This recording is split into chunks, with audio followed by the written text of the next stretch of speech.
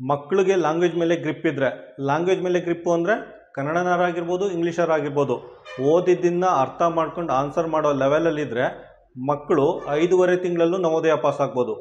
ನವೋದಯ ಎಕ್ಸಾಮಲ್ಲಿ ಟೋಟಲಾಗಿ 3 ಪಾರ್ಟ್ ಇದೆ. ಒಂದು ಮೆಂಟಲ್ ಎಬಿಲಿಟಿ, ಎರಡನೇದು ಪ್ಯಾಸೇಜು, ಮೂರನೇದು ಮ್ಯಾಥಮೆಟಿಕ್ಸು. ಆಯಿತಾ?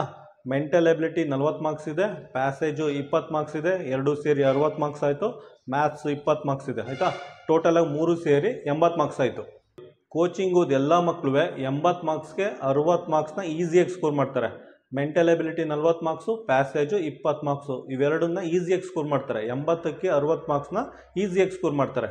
ಮಕ್ಕಳು ತಗಲಾಕೊಳ್ಳೋದು ಎಲ್ಲಿ ಅಂದರೆ ಮ್ಯಾಥ್ಸಲ್ಲಿ. ಯಾಕೆಂದರೆ ಮ್ಯಾಥ್ಸು ತುಂಬ ಟಫ್ ಇರುತ್ತೆ. ಹೈಸ್ಕೂಲ್ ಲೆಕ್ಕಗಳನ್ನೆಲ್ಲ ಕೊಟ್ಟಿರ್ತಾನೆ, ಅದಕ್ಕೆ ಮ್ಯಾಥ್ಸು ತುಂಬ ಟಫ್ ಇರುತ್ತೆ. 20 ಮಾರ್ಕ್ಸ್ ತಗೊಳ್ಳೋಕ್ಕೆ ತುಂಬ ಕಷ್ಟಪಡಬೇಕಾಗುತ್ತೆ ಮಕ್ಕಳು. ನೋಡಿ, ಮ್ಯಾಥ್ಸಲ್ಲಿ ಟೋಟಲಾಗಿ 20 ಚಾಪ್ಟರ್ ಇದೆ. ಪ್ರತಿಯೊಂದು ಚಾಪ್ಟ್ರಲ್ಲೂ ಆಲ್ಮೋಸ್ಟ್ 40 ಲೆಕ್ಕ ಇದೆ. ಅರ್ಥ ಆಯ್ತಾ? ಮ್ಯಾಥ್ಸಲ್ಲಿ ಟೋಟಲಾಗಿ 20 ಚಾಪ್ಟರ್ ಇದೆ. ಪ್ರತಿಯೊಂದು ಚಾಪ್ಟ್ರಲ್ಲೂ ಟೋಟಲಾಗಿ 40 ಲೆಕ್ಕ ಇದೆ.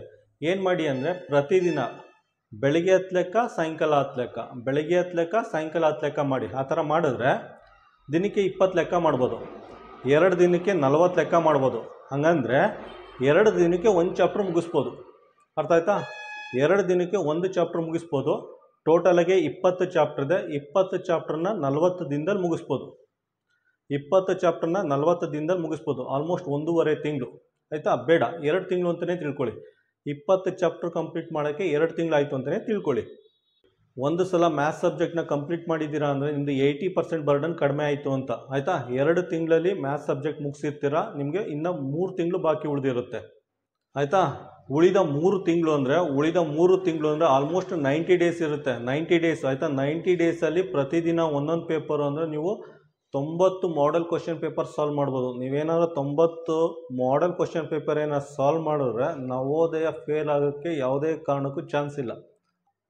ಹೀಗೆ ನಿಮಗೆ ಲ್ಯಾಂಗ್ವೇಜ್ ಮೇಲೆ ಗ್ರಿಪ್ ಇದ್ದರೆ ನವೋದಯ ಎಕ್ಸಾಮ್ ಪಾಸ್ ಆಗೋಕ್ಕೆ 5 ತಿಂಗಳು ಬೇಕಾದಷ್ಟು ಟೈಮು. ಆಯಿತಾ? ಕೂತ್ಕೊಂಡು ಟ್ರೈ ಮಾಡಿ ಪ್ರತಿದಿನ 3 ರಿಂದ 4 ಗಂಟೆ ವರ್ಕ್ ಮಾಡಿ. ಬೆಳಿಗ್ಗೆ 1-2 ಗಂಟೆ, ಸಾಯಂಕಾಲ 1-2 ಗಂಟೆ ವರ್ಕ್ ಮಾಡಿ. 100% ನವೋದಯ ಪಾಸ್ ಆಗ್ತೀರಾ.